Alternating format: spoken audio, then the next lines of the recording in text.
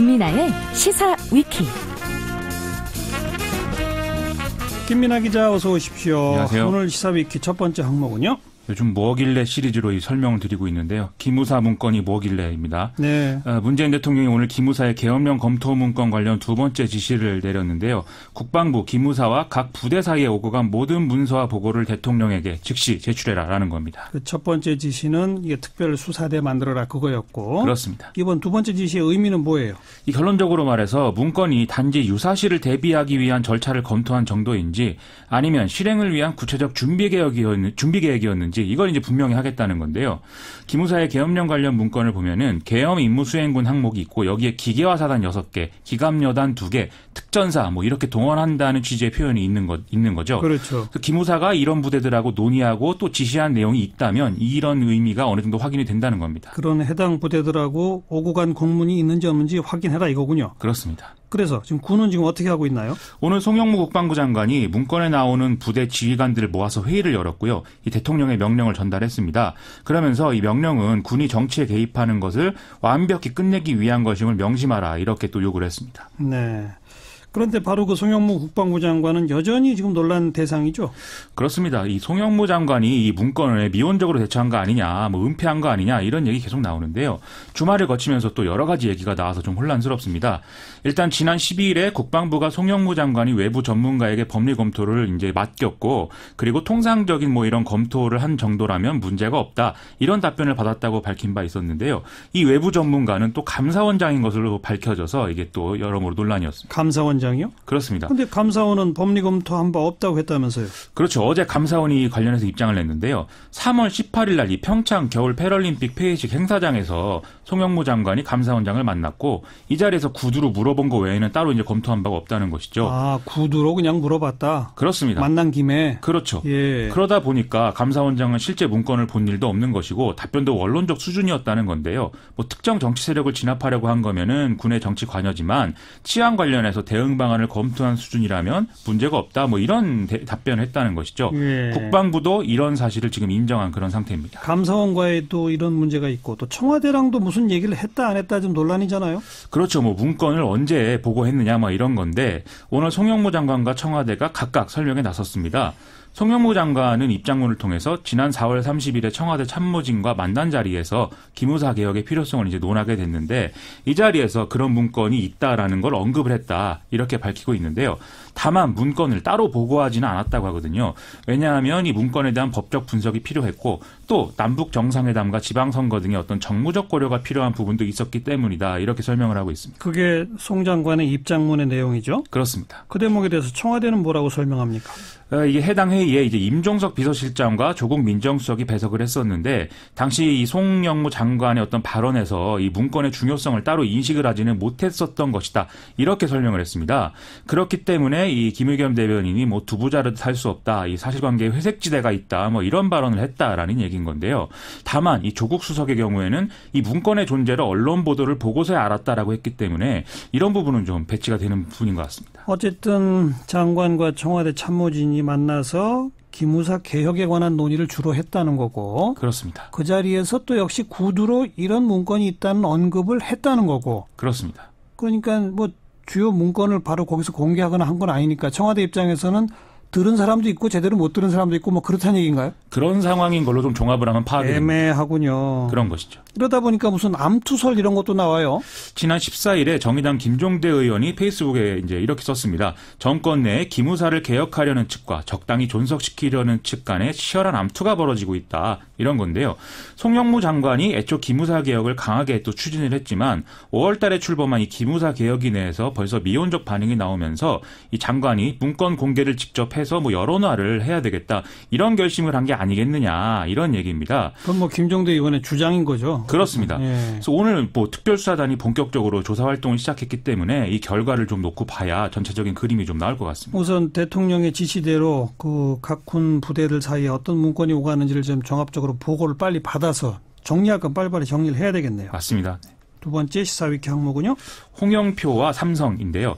더불어민주당 홍영표 원내대표의 삼성 관련 발언, 연일 뜨거운 반응을 불러일으키고 있습니다. 어디서 뭐라고 했는데요?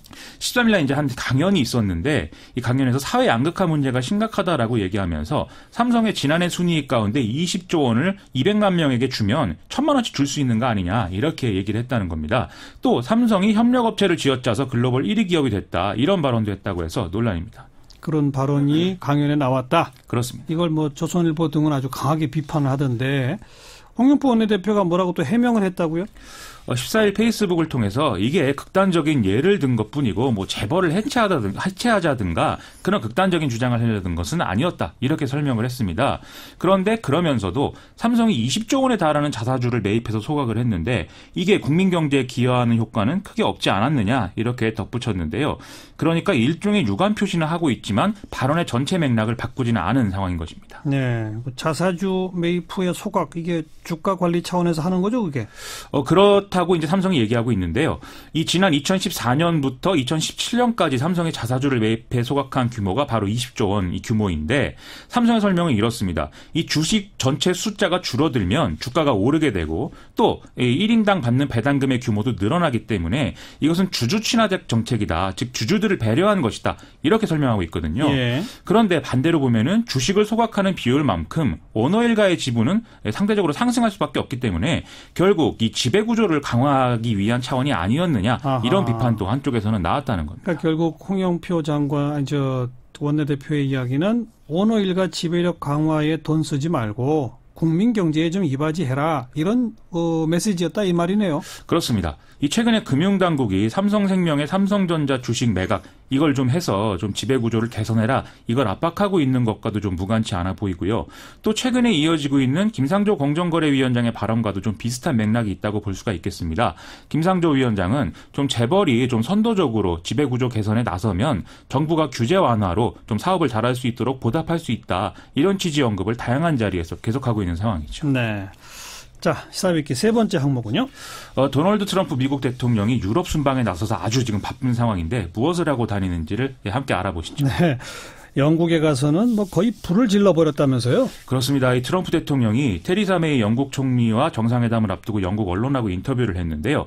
메이 총리가 브렉시트에 관한 자신의 조언을 무시하고 정반대의 길로 가고 있다. 이렇게 얘기를 해버린 겁니다. 그러면서 이 메이 총리의 소프트 브렉시트 노선에 불만을 갖고 사임한 보리스 존슨 전 영국 외무장관을 두고 이 사람이 훌륭한 총리가 될 것 같다. 이렇게도 얘기를 했다는 것이죠. 참, 정상회담을 앞두고 한 언론 인터뷰에서 그런 말을 했다. 그렇습니다. 참. 그런데 트럼프가 자신이 뭐라고 조언했다는 거예요? 그것에 대해서는 테리사 메이 총리가 또 BBC 방송에서 밝혔는데요. 이 유럽연합하고 브렉시트 갖고 이제 협상을 하지 말고 아예 유럽연합을 상대로 소송을 제기해라 이렇게 얘기를 하더라는 거죠. 이건 이제 테리사 메이 총리가 거부를 했다 이렇게 설명을 하고 있는데요. 이것도 트럼프 대통령이 브렉시트에 관련한 강경론에 힘을 실어준 것이기 때문에 지금 영국 내 여론이 지금 요동치는 상황이라고 합니다. 트럼프 대통령이 영국의 이 브렉시트 여론을 자꾸 자극하는 이유는 뭘까요? 15일 방영된 미국 CBS와의 인터뷰에 이제 실마리가 있는데 이 세계적으로 가장 큰 적이 누구냐 이렇게 물어보니까 첫 번째가 유럽연합이고 그 다음이 중국과 러시아다 이렇게 대답을 했다는 겁니다. 중국, 러시아보다 유럽연합이 더 큰 적이다? 그렇죠. 하하. 실제 트럼프 대통령은 이 유럽 순방을 시작할 때부터 독일 등의 이 나토 방위 분담금 인상 이런 것들을 요구하는 것으로 이제 일정을 시작을 했는데요. 결국 반유럽연합 전선을 지금 만들겠다는 것이고 여기에 유럽연합 탈퇴를 추진하는 영국의 귀를 잡아당겨서 같이 있는 걸로 했다 이렇게 볼 수가 있겠습니다. 네. 이제 러시아 푸틴 대통령하고 만날 차이라면서요? 오늘 저녁 7시에 정상회담 시작하는 일정으로 공지가 돼 있는데 뭐 푸틴 대통령이 좀 시간을 안 지키는 걸로 또 유명해서 보도가 어떻게 나오는지를 좀 봐야 되겠습니다. 어쨌든 러시아와 유럽연합이야말로 서로 적이라고 할 수 있는 거 아니겠습니까? 미국 내 언론은 러시아가 트럼프 대통령의 이런 성향을 이용해서 서방의 균열을 심화시킬 것으로 우려를 하고 있는데요. 예. 심지어 정상회담을 하기도 전에 러시아가 이미 승리했다. 이렇게 쓰는 언론들도 나오고 있습니다. 어떤 대목에서 러시아가 승리했다는 거죠? 이제 첫째로 친미 칠러가 대립하는 시리아 내전에서 미군이 철수하는데 트럼프 대통령이 합의를 해줄 것이다. 이런 얘기가 있고요. 그러면 시리아 내전은 이제 러시아 주도 국면으로 넘어가겠죠.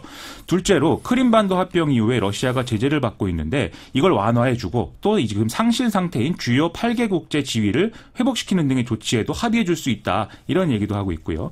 셋째는 양국 간의 지금 핵감축 협정이 오바마 정권에서 이제 있었는데 이걸 이행하는 과정에서 또 양보가 있을 수 있다라는 것이고요. 예. 넷째는 북핵 문제와 관련해서 러시아가 북한의 편을 들어서 제재를 완화해 주자고 하면 여기에 또 동조할 수도 있다. 이런 얘기를 미국 언론들이 지금 하고 있습니다. 그 트럼프 대통령이 이렇게 많이 양보할 거다라고 하는 거는 소위 러시아 스캔들 문제 때문인 거죠? 그렇습니다. 지금 미국 정치권의 최대 화제가 이 트럼프 대통령이 푸틴 러시아 대통령하고 통역만 대동하고 90분간 비공개 회담을 하기로 했다는 거거든요. 여기서 도대체 무슨 얘기를 하겠다는 거냐? 이걸 두고 설왕설래인데 최근에 러시아 스캔들을 수사하는 로버트 뮬러 특검이 대선 개입 혐의로 러시아 정보 요원 12명을 추가 기소했는데 러시아가 이들을 인도화해달라 이런 요구를 할 것이고 이거 들어주는 거 아니냐 이런 우려들을 하고 있다고 하고요. 네. 또 푸틴 대통령에게 트럼프 대통령이 대선에 개입했습니까? 이렇게 묻고 아니다라고 나는 대답을 얻은 후에 이걸 두고 또 침소봉대할 수도 있다. 이런 얘기도 같이 나오고 있습니다. 참 이래